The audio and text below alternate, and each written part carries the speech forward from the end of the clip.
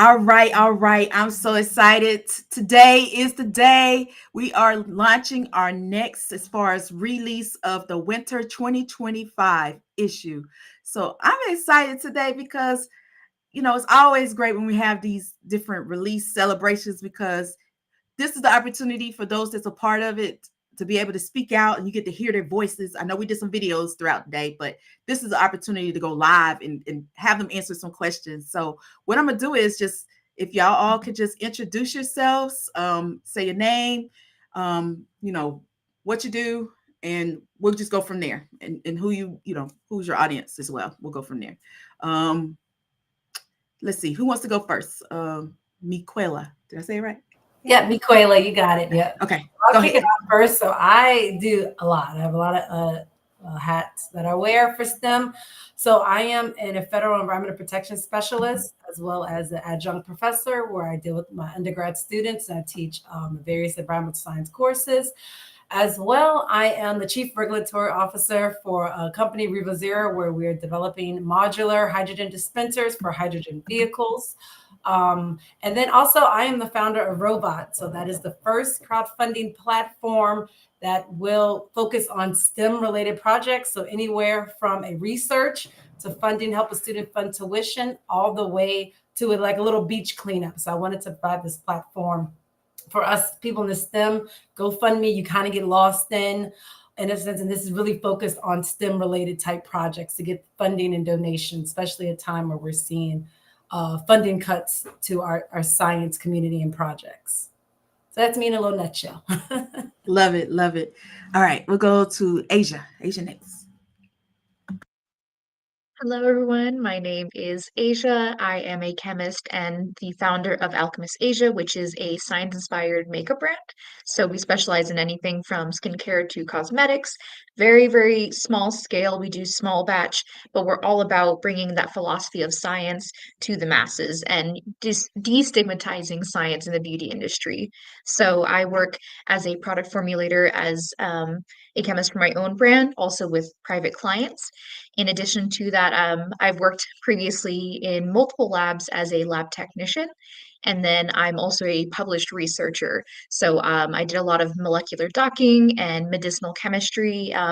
Organic chemistry is also my bread and butter. So anything to do with chemistry, I always get super excited about and I'm heavily involved in. And in addition to that, I also wear quite a few hats. So while running my own business and being in STEM, or being a chemist, I also work in content creation. So I am a content creator on both Instagram and TikTok, where I talk all things STEM, all things beauty, and little things in between. And I work in social media marketing as well. So just using those skill sets to not only be a science communicator, but bringing it to different platforms and media. So um, I could probably go on. There's just too many things I do. But yeah, that's a little bit about me. Love it, love it. All right, so I know I'm playing around with the boxes. I want y'all to be on the top. All right, so we'll go to our next guest for today. Go ahead. Hi, everybody. My name is Juliet, and I wear a lot of hats. I'm an elementary science specialist, so I teach science to first, second, third, and fourth graders at my school in New York City. I am also a PhD student in science education at Teachers College, Columbia University, and I am the chair of the board of directors at STEM Teachers NYC, which is a nonprofit organization that provides quality professional development to STEM teachers in New York City, in the New York City metropolitan area, and even sometimes via our virtual workshops all around the world. So those are my big things that I do: teaching. I'm a student, and I also teach adults as well as children. Thank you. Love it, love it. Now, the passion is about STEM. Can y'all share, why do you think it's important for STEM education, STEM to be out here as far as now more than ever? Why do you feel STEM is important? And whoever wants to jump in, whoever wants to speak, go for it. Okay, I'll kick it off. Go ahead. I like to play it. But it faster, like unmute. So I think STEM is really important particularly right now in a sense because of good science in a sense. We need communicators out here spreading really good science with facts. At the moment, we have social media that is spreading like a wildfire that spreads misconceptions, fuels, I'm gonna say bad science ideas in a sense, and we really need good communicators, STEM people out there to say, hey, this is the truth, this is the science behind it, and this is why you should care. I still can't believe I have dates within my debates in my classes with my students still about climate change and what they're, when they go out and talk about it and how many people still think it's a hoax and they don't believe it, and we're still having these conversations. So including having good science is a really good focus on why we should be focusing on STEM. So pass the baton. Love it. Absolutely. To carry on that, exactly what she had said, I would also say it stems from advocacy and representation. I think that's the biggest thing too, is the people who've been in this industry so long knew it existed and they were like, oh, well, I already know about this and my kids know about that. When it's generational like that, um, a lot of people who are outside of that do not get that representation. You know, for myself, I grew up in a town where the only three jobs you can get were the oil fields, retail, or not teaching. Oh my goodness, no, we love our teachers. I just blanked on the third one, but we just did not have a lot of opportunities growing up ultimately. So I thought those were the only a couple of options that we had. And if you were creative or if you wanted to get more interested in science, you know, that was just something people were not talking about. And I didn't learn about the different industries that were available until I got to college. So all the way up until then, and it was just one of those things which I really wished we had more advocacy and representation when I was younger to see what was out there and available, because all these people with creative minds and wanting to tinker around with things and play, you know, in engineering, it's just not available in certain spaces. And so I think that's what really comes from STEM, is ultimately bringing it to the masses and all those groups that previously would never have seen it.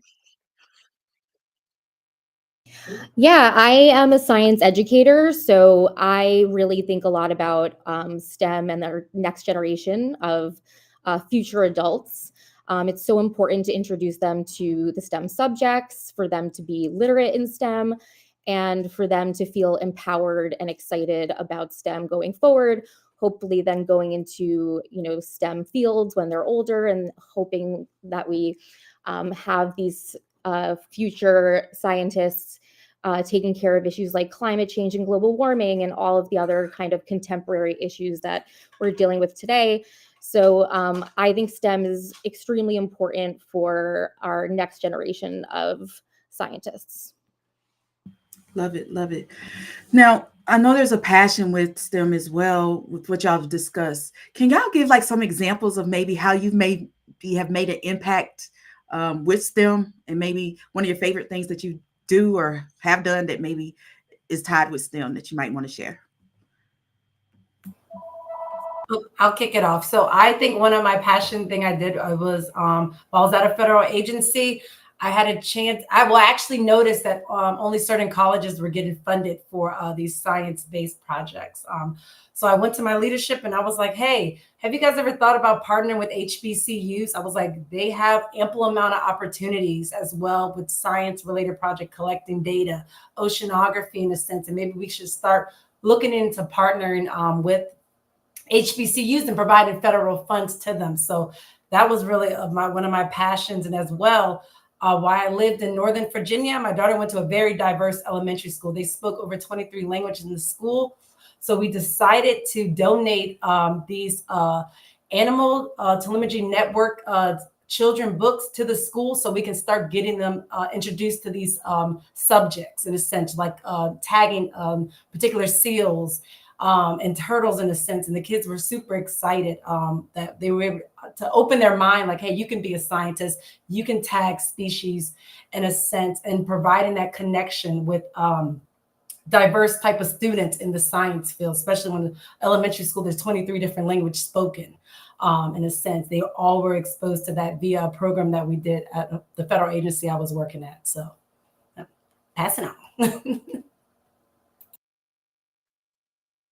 I would say my passion lies in the people and most importantly, that aha moment. So I've also worked with both children and adults. So in the spaces with children, I've done small little labs where we do little sessions. We've made like hair gel and I've done it at like local events.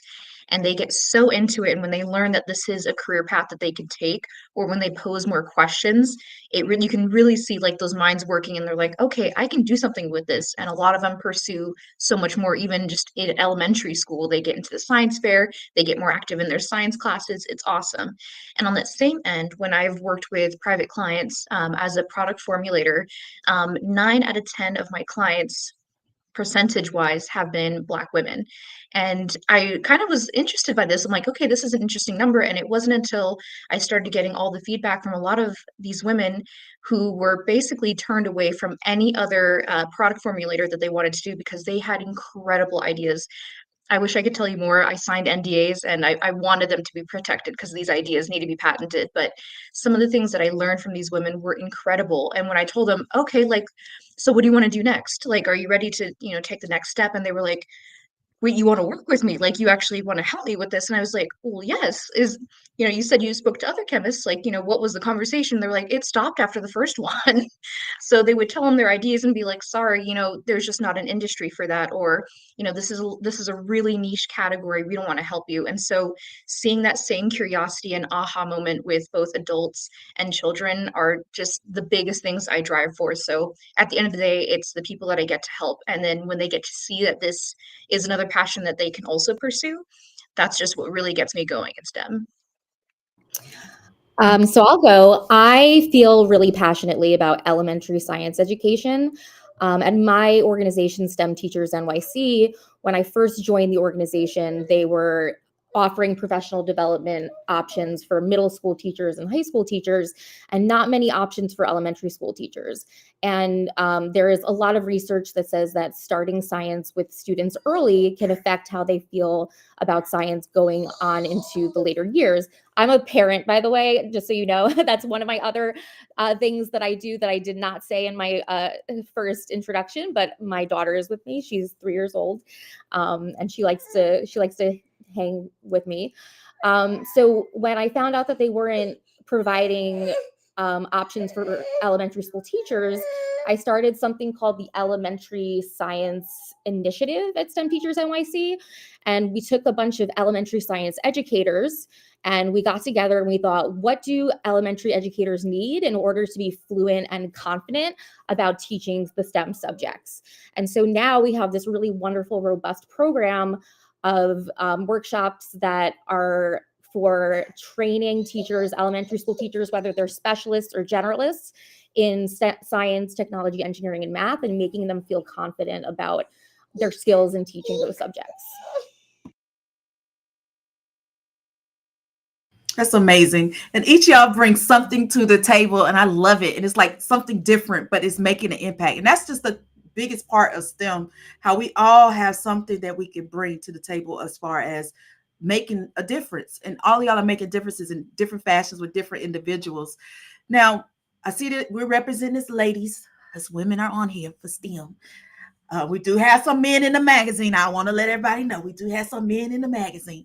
But since we have this platform with the women, can y'all give some encouraging words? Oh, can y'all give some encouraging words and make sure that you share some advice, especially for our young ladies that maybe are shy or maybe don't know that they can be in these careers and these are some things that they can do. Can you talk to us and tell us, maybe give some piece of advice for our young people, especially our young girls, that you might could share? Yeah, I would say don't give up. I remember when I first introduced the idea, at first I wanted to be a marine biologist.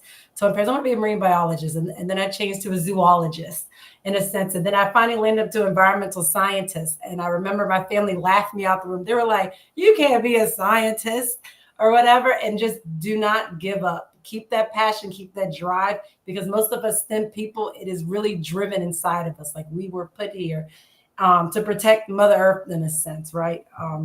And I really feel like we're very connected to this our home, as we call the earth, in a sense. So don't give up. How many doors are slammed in your face? I remember I was told I would never work in a particular federal agency at the time because I did not have a PhD, in a sense, and I still was able to get into that agency, in a sense. So when them doors shut, there will be another one that opens for you. So don't give up and be persistent about your career. So yeah. Yes, to carry off of that too, I would say one of the biggest struggles that a lot of us are going to face and have already faced is being in the workplace with other women. And there's two different directions it can go. You can be collaborators where you become really close and friends, you support one another. And then unfortunately, there are others who have been in the industry so long that they see you as competition. And that is one of the hardest hurdles to get around. But still, I would say go forward in collaborating, even if they are just being really standoffish and can be a little stubborn in some other ways. You can continue supporting one another. I know it can be very difficult and discouraging for a lot of people because they felt that, I went through the industry this way, so you should. And I would say that's not the case. So you got to power through too, really be strong, but at the same time, at the end of the day, she just wants to succeed just as much as you do. So even for those who may not be in your corner, be in their corner as much as you possibly can, because it's already hard out here being a woman in our field. So just support as best as you can. And when you can collaborate, do it, because you can grow the biggest and most supportive community. And that's where I find myself every day. Yeah, my suggestion to women in STEM would be to I'll go back to my undergraduate years. So when I was an undergrad, I came in really excited to be pre-med. I was taking my biology class, my chemistry class, my calculus class, and I learned really quickly that it was a very competitive world of STEM education. And I became very nervous and sort of I wasn't excelling as much as I wanted to. And I realized that being persistent in STEM is really necessary for succeeding in STEM. So if you find yourself struggling, it's really important to fail forward, in my opinion. Yeah. All right. No, you gotta give the introduction first. You can't just go all in there. So we got another representative that's in the magazine. So Danielle, introduce yourself and tell us what you do, who you represent, and then the question was, representing what can we encourage and empower our women in STEM. Yes. Hi, everyone. So sorry I'm late. I'm Danielle Lewis. I'm CEO of HBCU STEM Education Run. My background is in math and mechanical engineering. I was working in industry for about 7 years in the automotive industry. And then I pivoted to be self-employed full-time. So what we do with HBCU STEM Education Run, our mission is to educate, empower, and elevate HBCU STEM students through scholarships and career resources. We have different workshops. We have different to teach students about, STEM and the engineering design process. We have different fundraisers. Our next fundraiser is coming up in April, the 5th annual HBCU STEM Education Run. That's the name of it. And if you want to register and donate, you can at tinyurl.com/STEM Crew 5K. STEM Crew magazine is actually one of the sponsors, so very happy about that. And then I would say the last thing to answer the question around, what advice for people in STEM, particularly young women, would be, don't count yourself out. So don't be the one to count yourself out. I remember I was applying for scholarships and everything. And there was one scholarship in particular. I was like, man, I'm not going to get it. It was a long night and it was $15,000. And I was like, no, it's going to be very selective and blah, blah, blah. And I was like, you know what? According to the criteria, I meet the criteria. So, hey, why not just go for it?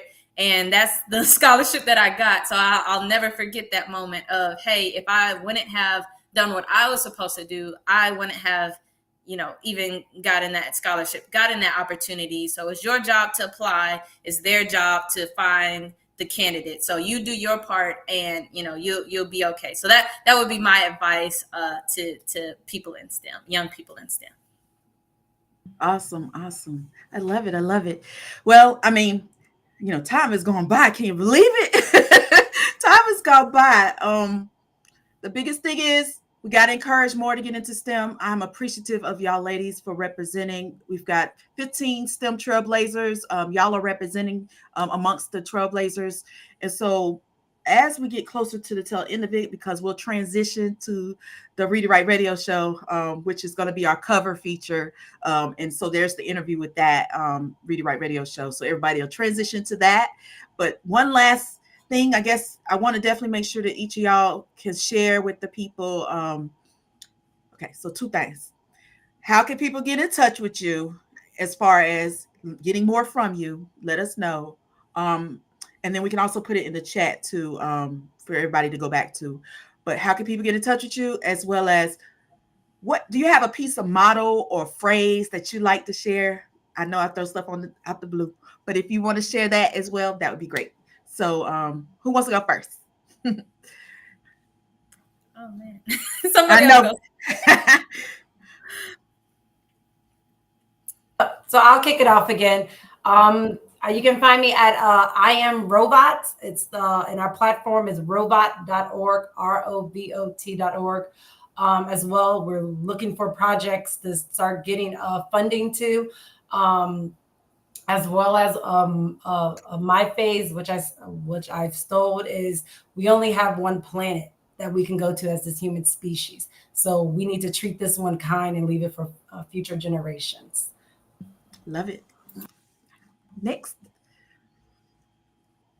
I can go next. So you can find me on two separate accounts. If you want to learn more about me and what I do in my work, you can find me on Instagram and TikTok, both under Asia Fee, just as is. If you want to learn more about my business and science and cosmetic chemistry, you can follow me on Alchemist Asia on both Instagram and TikTok as well. And I will finish with our mission statement rather, for Alchemist Asia. And we are all about reducing science stigma in both the beauty industry and just everywhere in the world, especially right now. I think that's bigger than ever right now, is just really demystifying what science is out there. All right, I'll go next. So you can email me at juliet.science@gmail.com. I'm also on both X/Twitter and Blue Sky, Juliet Science, all one word, JulietScience. And I have a blog on Medium. And if you look up Medium and then my name, Juliet Guarino Berg, you can find my blog. My organization, STEM Teachers NYC, is found at stemteachersnyc.org. And I encourage you to visit the website, even if you're not in New York or the New York area. We do have lots of virtual offerings for professional development for STEM teachers, and we would love to see you there.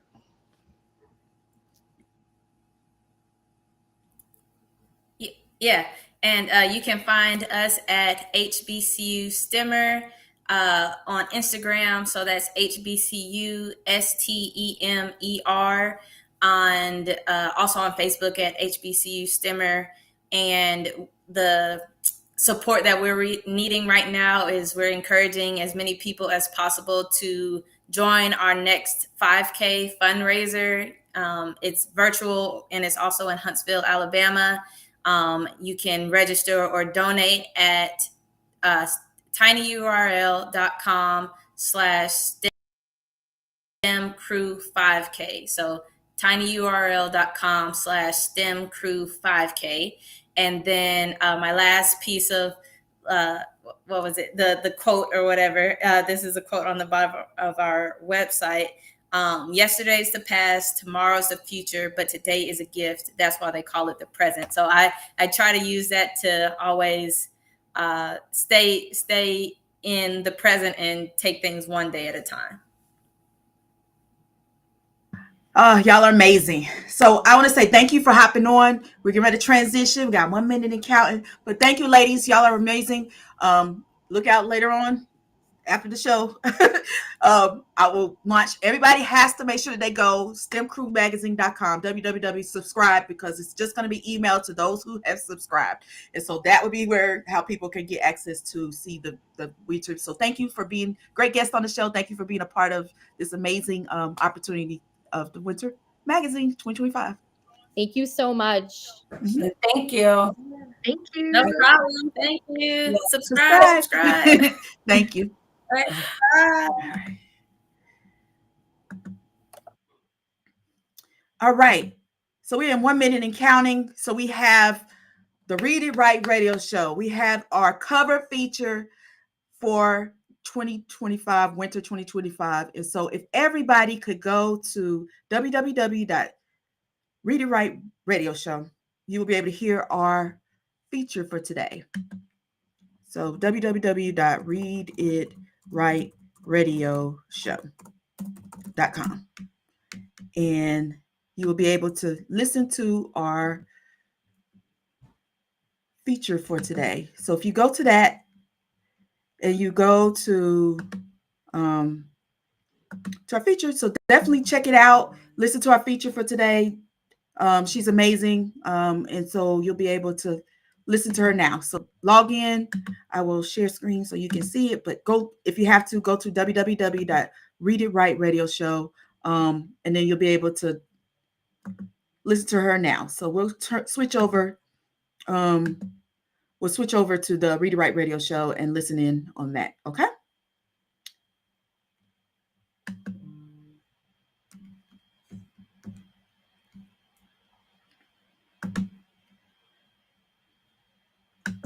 So go to the Read It Right radio shows tab. And go to click listen live. 5 of the biggest reasons to publish a book, and social media at IA Publish Agency. Today we're discussing Beyond the Stars, A Journey, with our guest, Joan Melendez-Meissner, first spacecraft systems engineer, public speaker, as well as a science communicator. All right. I am so excited to have with us our guest for today, Joan Melendez-Meissner. She is a first spacecraft systems engineer, public speaker, science communicator, space engineer working on scientific missions that explore our planets and the universe, passionate about all things space, science, aviation, and empowering those who want to get into STEM professions. Welcome, Joan. Hello, thank you so much for having me. Yes. Well, let's jump right on into it. How did you get started in what you are doing today? Yeah, that's a really good question because as a kid, I was really into science and space and just trying to understand how things worked. I grew up in Puerto Rico, so in a very small town in Puerto Rico where there's not many lights, so the stars were very bright. And I'd ask my family, I'd be like, "Can I eat a star? Can I touch a star? Can I go to a star?" And so that curiosity just kind of led me throughout my life. And I moved to Orlando, Florida, which is where we launch a lot of the rockets in the Space Coast. And, being close to all of that and, continuing my curiosity of how things work and how, how we can get to space or how can you become an astronaut? I think that just fueled my curiosity even more. So, I started my career actually in aviation, which was my first love. I worked on fighter jets, so I worked everything from engines to air refueling to qualifying biofuels for the Department of Defense. And from there, I knew that I wanted to get into space eventually, but a lot of the stuff that I learned early on in my career, like the test engineering, really related to what I'm doing now. And so, it's just been an incredible journey of being able to, learn throughout my career, gain the knowledge necessary to become that spacecraft systems engineer. And now, instead of sending things through the air, I'm sending things to space. And so it's just really exciting to be able to, work on hardware that's exploring not only our planet, but beyond. And so that curious little girl from Puerto Rico who really wanted to know if you can eat a star, you can't really eat a star, but at least now I'm sending things to the stars. So it's so really neat to be able to do that. Yes, it's amazing. I mean, it's amazing to see, what your thought process was as a girl to now what you're living in as far as life today. So thank you for all that you're doing with Exactly. Yeah. that. Now, what inspired you to pursue a career as a spacecraft system engineer, and how did your early interests shape your journey? And you touched on it a little bit, but just what inspired you? Yeah, so I kind of touched a little bit of before that, I was a girl, a curious girl, and I loved space, but I really started to love it even more after I graduated college. So, did my career in aviation, as I mentioned, working on fighter jets, and I really could have probably stayed in that throughout my entire life because I really loved working on the aviation side. But I remember back in 2019. I went to a NASA social. So NASA usually does these things called socials, where they'll bring, social media people or people who are really enthusiastic about space. They bring them down for a launch. And you get to talk to the engineers at NASA. You get to, see the behind the scenes, the rockets. You get to talk to the astronauts, and then it culminates with watching the launch. And so this was back in 2019, and I remember this vividly because, like I said, I really loved what I did. But coming down to NASA, which I haven't been to this place in since 2011, which was the last time that we launched something into space, which was the sundown of the shuttle program. It kind of just sparked that curiosity again, like being able to talk to the astronauts and being able to talk to the engineers. It really sparked that curiosity and that passion for space again. And since then, that was back in 2019, we launched Demo 2, which was the launch out of a SpaceX rocket before we launched astronauts into space from US soil again. 6 months later, I then now started working at the Kennedy Space Center, and I became, a space engineer. And so, it just kind of goes to show that, the passion that you had as a little kid is still inside you, and it just takes just one little spark or one little event to be able to reignite that again. And that right there was that pivotal point for me of, as much as I love aviation, but seeing that launch in person, which I haven't seen one in, over 8 years, it just kind of reignited that passion of, okay, I think it's now time for me to move over to the space side of things. And although I don't work on the astronaut side, I specifically work on the science. I actually really like the science section of it a little bit more, just because it's just interesting to think about all of the science behind that we typically use on a day to day. So like GPS on your phone or on your car, like that was due to space science, satellites that we have up in space right now, and just the smallest little details that we don't normally take for granted. We are the ones providing that science for everybody. And so, now not only exploring our own planet with, let's say, climate change data or weather data, as someone who lives in Florida, I think it's really important to really understand if there's a hurricane coming my way, to exploring other planets and seeing if there's life on other planets, to seeing if it's habitable, to understand, a good example is Mars used to look like Earth. And so we want to understand and make sure that Earth does not eventually become Mars. And so, things from our past and from our future, the science side of things is, I think, really, really exciting. And I'm so glad that I'm able to be a part of it. And I love how you share there's the astronaut, but then there's the space, science side of things. It's so many other factors that everybody thinks is one thing, but it's so much more. So I'm glad that you shared and, the different aspects of it and looking at it from that perspective. That's great. That's great. Yeah, absolutely. Now, can you share a specific challenge, in your career, just in your career in general, that you faced, while you've gone through this journey and how you've overcame it as well? Yeah, I think there's been many challenges. I'm not a like I usually tell people, especially students, when I do outreach, is you don't get to point A to point B through a straight line. There's going to be a lot of ups and downs, a lot of turns, a lot of curves, and we just have to adjust and adhere to what comes our way. One thing that I can share, and I'd love to share online, is when I was in college, I wasn't, that straight A student. I don't have that math gene, which I don't think anyone is born with this math gene, but I just want students to understand that you will fail classes, and that's okay. Because for me, it was very difficult because I had to work a full-time job while I was going to college. Everybody's journey is different, and so comparing yourself to that 4.0 student who may not necessarily have that extra added layer of having a full-time job on top of a very demanding engineering career or science career, it's really easy to do that comparison game. So for me, it was very hard to not only kind of take a step back and realize that I'm only in my own journey, but also as someone who has ADHD, and I say that openly throughout my social medias, it was very difficult for me to understand how I learned best when I was in college. So it wasn't necessarily that I wasn't smart enough or that I wasn't passionate enough to be able to pass a class.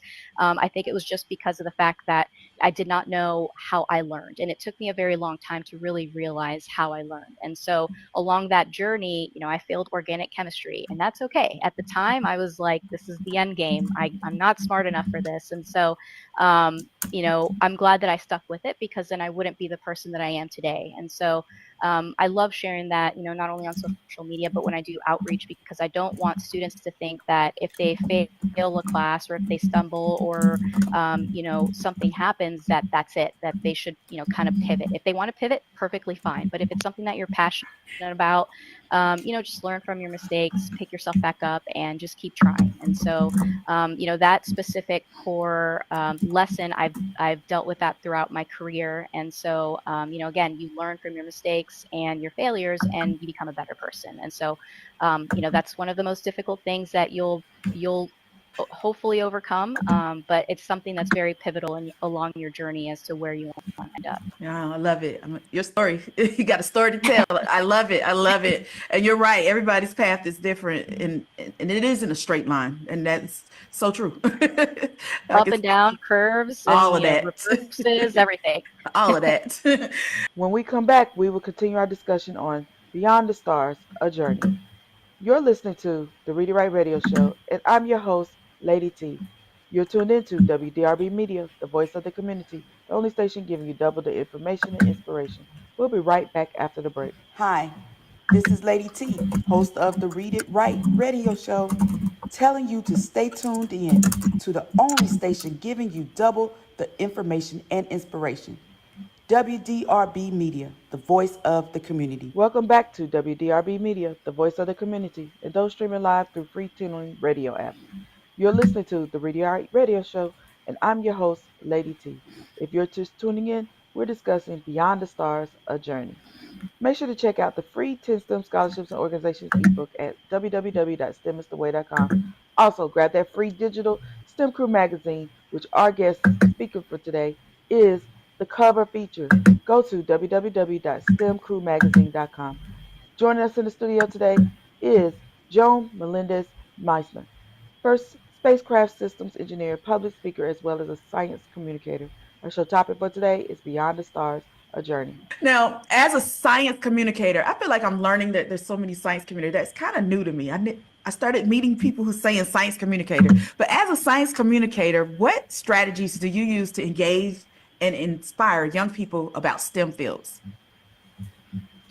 Yeah, I mean, so unless you're like really passionate about science and engineering, trying to engage someone and try to teach sort of like very difficult subjects in like a 10-second video has been one of the most difficult things that I've had to learn. But I love it though. It's I started doing science communication when COVID hit, right? So everything sort of stopped. We all started working from home, so I had a lot more time on my hands, and I would be on social media. I've been on social media since like 2010, 2011 when Instagram first started, and I was just sharing like pictures of me in college, like this is the meal that I'm eating today, or like me traveling, because that's what I thought social media was traveling or beauty or like a food influencer. But I never saw anybody really talking about sort of the science and the engineering side. I grew up with like the Bill Nye the Science Guy when I was in school, and so that's like sort of the science communicator that I had in mind, or Neil deGrasse Tyson, who's a famous astronomer as well. But you didn't really see that presence on social media, and so for me, it was really important to not only share sort of like the science and then the engineering so that people can realize that that's all around you. I really want to also humanize the STEM field as a whole because, like I mentioned before,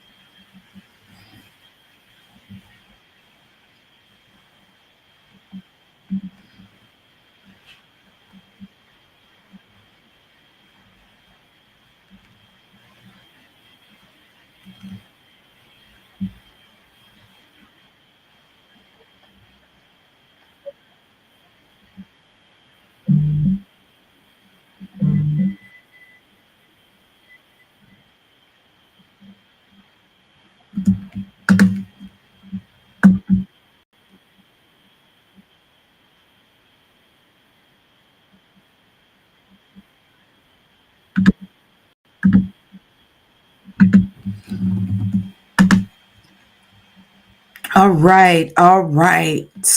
Let's see here. I'm excited for those that were able to watch us online in the various platforms. And so hopefully you was able to see a glimpse of who our cover feature is. So just making sure everybody has had opportunity. You got to hear from Joan Menendez Meissner, who is our cover feature. And so we look forward to transitioning to those who subscribe. And so I'm going to change this over to make sure that you go to www.stemcrewmagazine.com. So go to, and we're going to change it over to make sure that you subscribe if you haven't already to www.stemcrewmagazine.com. Grab your copy of the free digital STEM Crew magazine. Those that do subscribe, email blast will be sent out with the cover feature, as well as all the different features that you've seen, contributing writers that's played a role with it. And so hopefully you've been able to take notes, get to hear some great gems and stuff from our features that came on earlier, as well as from our cover feature on the Ready Right Radio Show. If you are interested in being a part of the Ready Right Radio Show, being interviewed, please go to www.readitwritradioshow and um, go to I'll show that one more time.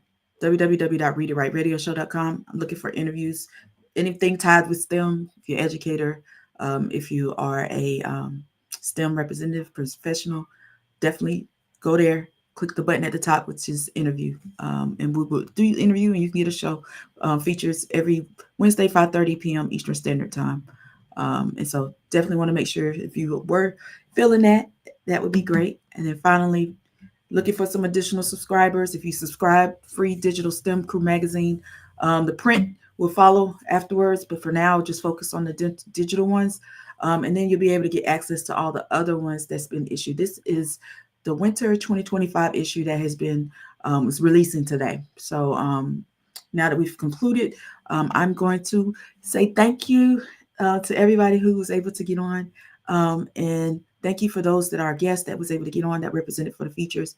So look out for email coming out today with the new edition with the features, the contributing writers, and the sponsors as far as business ads. Thank you to everyone who was participating and continue to support at STEM Crew Mag, Instagram, Facebook, Twitter, YouTube. And LinkedIn as well, and just try to get some follows and some likes. And thank you so much for those that's been able to support this whole time. We celebrated a year last year, so we're looking forward to the best is yet to come. So thank you. And if I didn't introduce myself, my name is Tiffany Teachy, the founder of the STEM Crew magazine.